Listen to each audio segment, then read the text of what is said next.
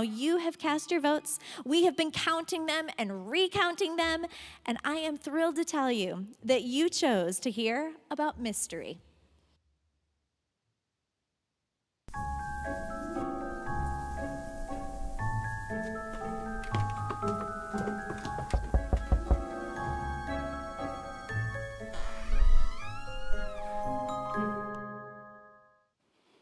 Well, hello, you guys chose mystery.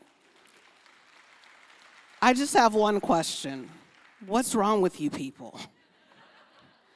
I mean, I would never have chosen mystery. I like to know all of the details. In fact, I like to make all of the details. That's why I became a teacher.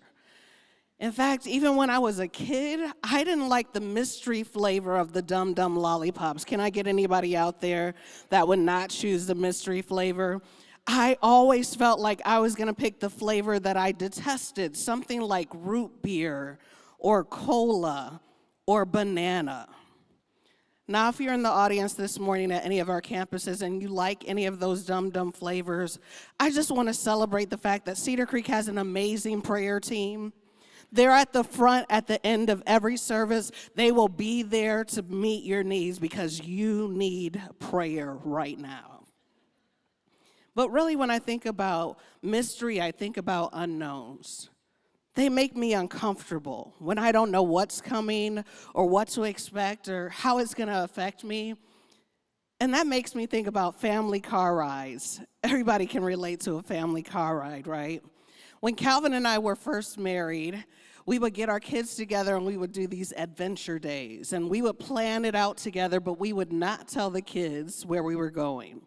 We would get them dressed, we would hurry them to the car, we would put the seatbelts on, and then of course they would ask the question, well, where are we going?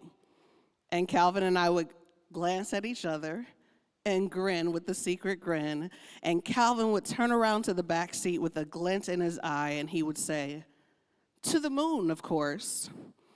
Now, at this time, we had 3 kids. Our youngest child, Carolyn, who's our adventurous child, would squeal with delight, and she would clap her hands, and she would start to guess where we were going. Are we really going to the moon? Are we going to Grandma's house? Are we going to get ice cream?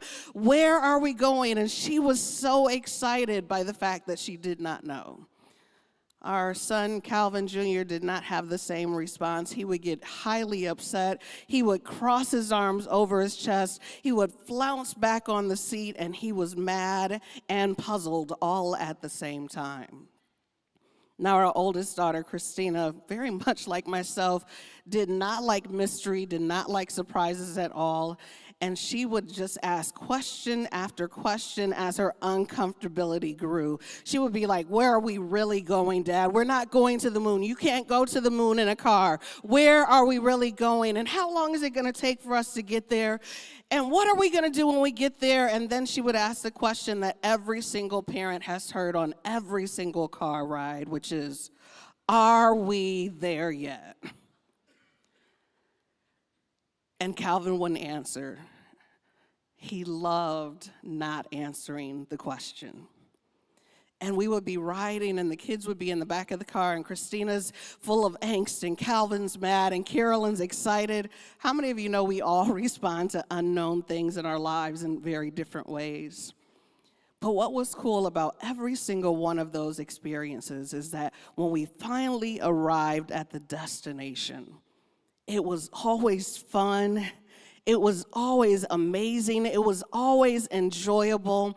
And so eventually the kids, when they got in the car for one of these mystery adventures, when Dad said they were going to the moon, they started to settle back into their seats because they knew he had a plan and that the outcome was going to be amazing. I just want to pause there for a moment because I feel like sometimes in our lives, we forget that God is in control and that he has a plan for us. We get all upset because we don't know what the destination is at the end of the journey. But God really wants us to enjoy the thrill of the ride.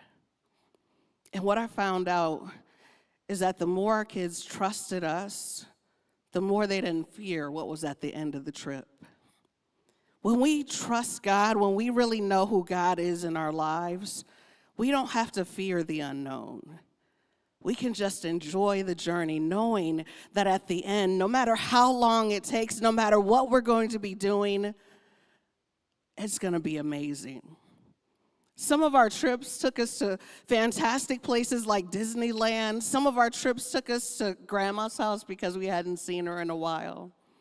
Some of our trips took us to Baskin Robbins for 2 Scoop Tuesday.